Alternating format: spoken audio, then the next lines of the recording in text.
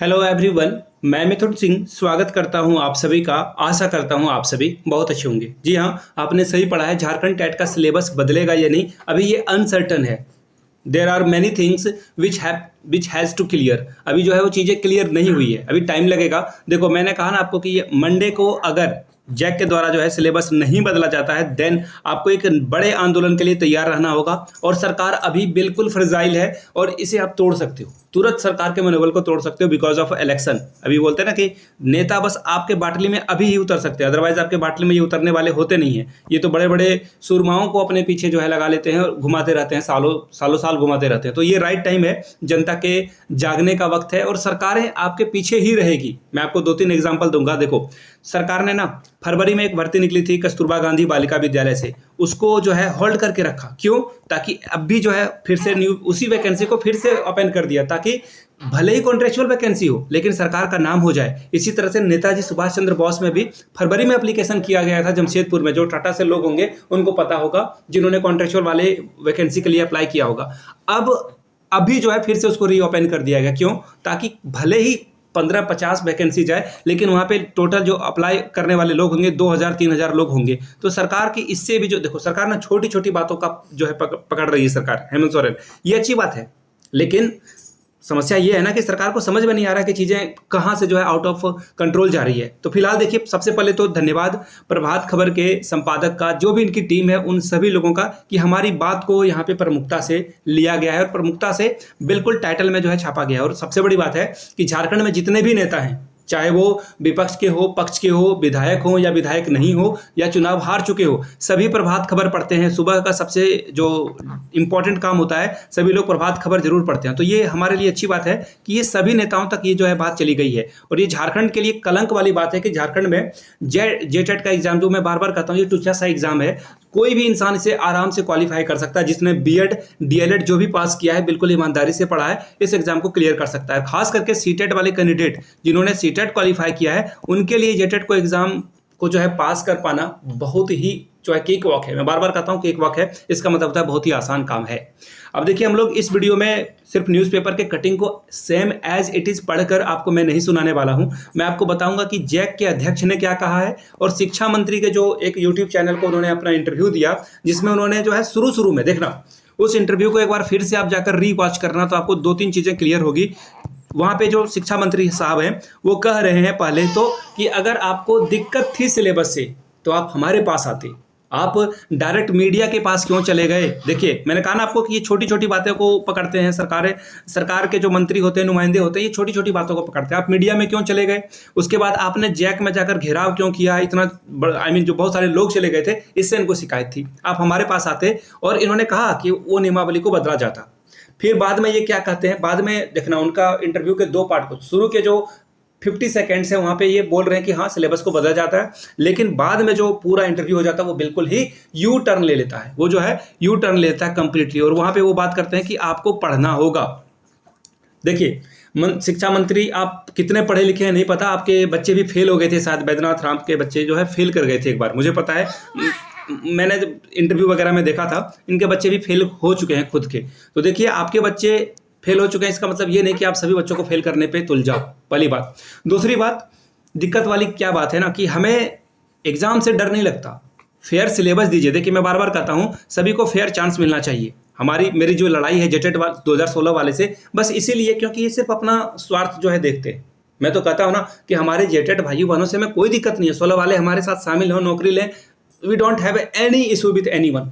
But ये सिर्फ बात करते हैं कि नहीं जेटेट 2016 वाले का जॉब हो जाए, तो इसलिए उनसे मेरी जो है वैचारिक लड़ाई है, बाकी तो कोई लड़ाई है नहीं। अब देखिए, फेयर एग्जामिनेशन अगर कंडक्ट कराया जाए फेयर सिलेबस के साथ, मुझे नहीं लगता कि झारखंड में कोई एक ऐसा इंसान होगा जो बोलेगा कि मुझे ये ऐसा एग्जाम नहीं देना है। देखिए, सीटेट के अकॉर्डिंग पूरे भारत में, मैं आपको बता रहा हूँ, पूरे भारत में जो है एग्जाम कंडक्ट कराए जाते हैं। ऐसे में सीटेट के पैटर्न को फॉलो करती है, एनसीटीई के गाइडलाइन के अकॉर्डिंग फॉलो करती है। अब देखो सिलेबस कैसे बन गया है। देखिए, दिक्कत वाली बात क्या है ना कि मैं सीधा पूछता हूं कि कोई एक यूपीएससी, या फिर आप जिसे बोलचाल की भाषा में बोलते हो, एक आईएएस एग्जाम जो बन चुका है आईएएस, उसे इस परीक्षा में बैठा दोगे ना, वो डेफिनेटली फेल कर जाएगा। कोई हिंदी का ज्ञाता, इंग्लिश का ज्ञाता नहीं हो सकता है। तो ये बातें हैं। अब देखिए, जैक अध्यक्ष जो बोलेंगे वो क्या बोलेंगे वो मैं आपको बता देता हूँ। देखो, सरकार जो बोलेगी, जो लेटर इनको इशू करेगी, जैक रांची का बिल्कुल फोटोकॉपी वाला जो है वर्जन होगा। सरकार ने जो आदेश पारित करेगी, ये तो पैरोट हैं, मैं आपको फिर से बता दूं, ये पैरोट हैं, ये तो सरकार की कही हुई बात को ये दोहराएंगे। इनके पास अपना कुछ वर्जन नहीं है। और ऑब्वियस सी बात है, अधिकारी लोग, जो सरकार का डिसीजन होता है, डेमोक्रेसी में तो ऐसे ही सरकारें चलती है ना, तो जो डिसीजन होगा उसी के अकॉर्डिंग ये बात करेंगे। तो फिलहाल मैं आपको न्यूज़पेपर की कटिंग दिखा देता हूं, वहां से जो है चीज़ें आपके सामने क्लियर हो जाएगी। ये देखो, यहाँ पे आपको दिखेगा। सबसे पहले फिर से एक बार प्रभात खबर का थैंक यू, और सुनील कुमार झा जी का बहुत बहुत धन्यवाद कि इन्होंने हमारी बात को बिल्कुल प्रमुखता से छपा है। इनके लिए ये धन्यवाद के पात्र हैं। अगर ये वीडियो अगर वो देख रहे हैं तो thank you so much sir.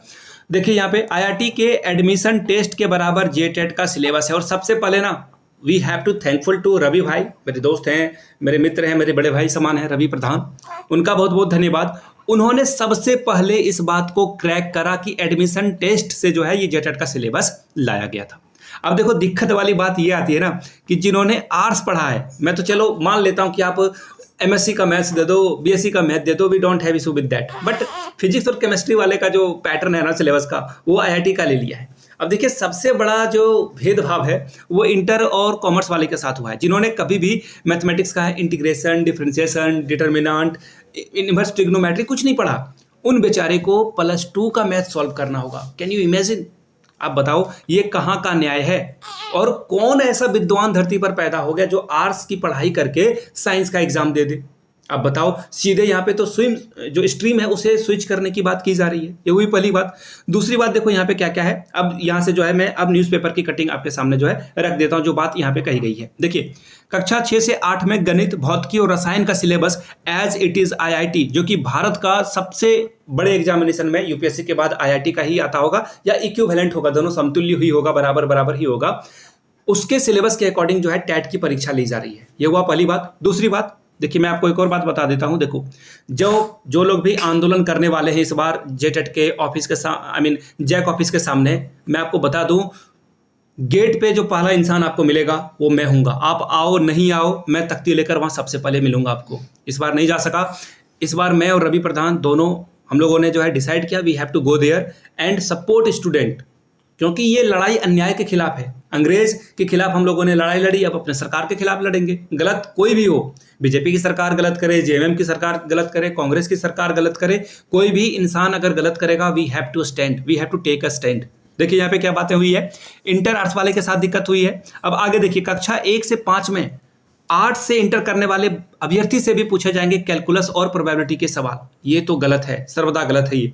आगे देखिए, वर्ष 2012 और 16 में जो 1 to 5 का एग्जाम हुआ है और 6 to 8 का एग्जाम हुआ है, वो हूबहू जेटेट के पैटर्न के अकॉर्डिंग हुआ है। और देखिए, ये क्वेश्चन पेपर को आप देखोगे तो आपको लगेगा कि ये मैं जो है एग्जाम की तैयारी भी मुझे करनी है क्या, इतना ये इजी है। मैं मानता हूं कि कुछ लोगों के लिए डिफिकल्ट होता है टेट का एग्जाम, क्योंकि ये अंडरस्टैंडिंग बेस्ड होता है। तो आप रटने पे अगर ध्यान दोगे तो एग्जाम कभी आपसे क्रैक नहीं होगा। You have to understand, you have to understand. बच्चे की साइकोलॉजी को ध्यान देना होगा, रियल लाइफ के बारे में ध्यान देना होगा, उसके बारे में कभी बात करेंगे। अब देखिए, अब तक का जो प्रावधान था वो क्या था और क्या दिक्कत का सामना करना पड़ा है।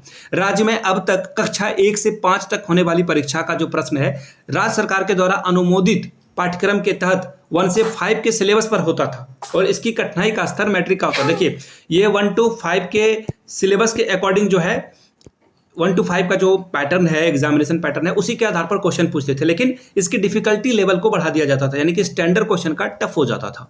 और इसी तरह से वाइस वर्सा 6 to 8 के लिए जो है सिलेबस पे ही रहता था। 6 to 8 का जो सिलेबस राज्य सरकार चलाती है उसी के अकॉर्डिंग, लेकिन डिफिकल्टी लेवल जो है +2 का हो जाता था।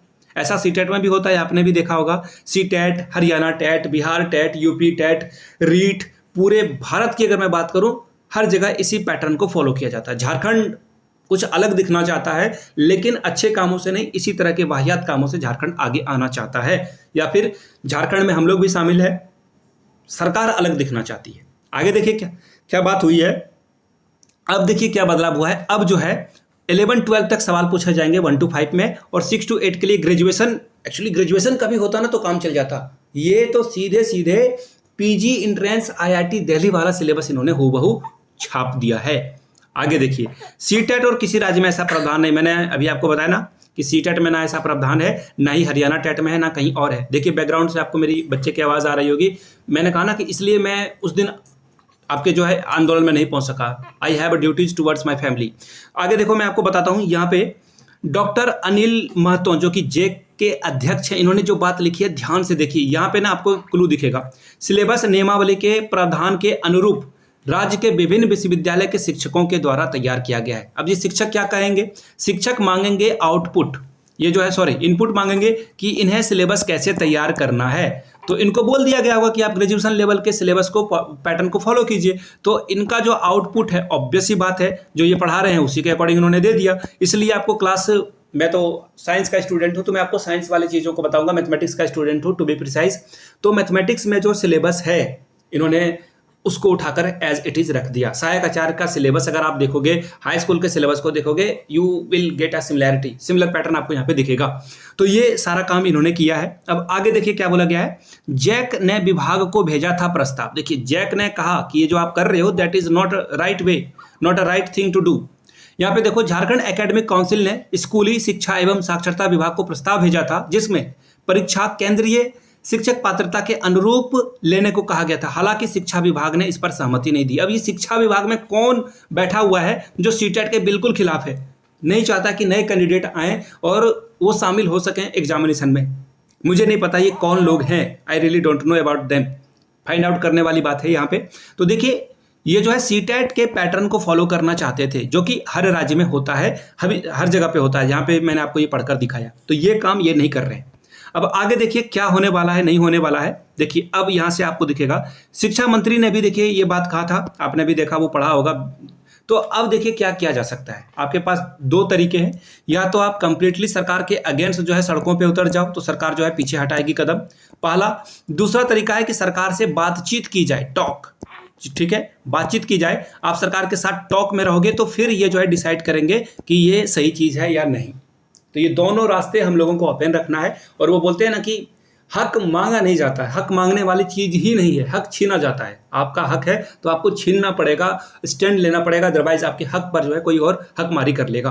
तो ये बातें थी, मैंने आपको बिल्कुल क्रिस्टल क्लियर समझा दी है। जिन्होंने वीडियो यहाँ तक देखी है उन्हें पता चलेगा मैंने क्या बात कही है, कैसे बात कही है।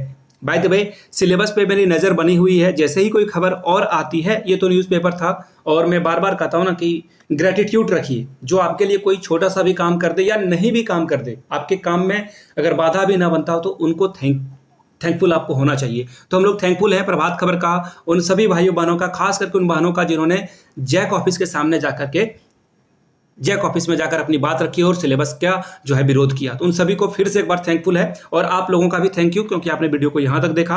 ऑब्वियसली आप प्यार देते हो, सपोर्ट देते हो, उसी की वजह से मैं यहाँ खड़ा हूँ। और वो बोलते हैं ना कि लगभग 1,14,000 सब्सक्राइबर होने वाले हैं। मैं बार बार कहता हूँ कि ये सब्सक्राइबर नहीं है, ये फैमिली है। आपकी वजह से मैं यहाँ पे हूँ।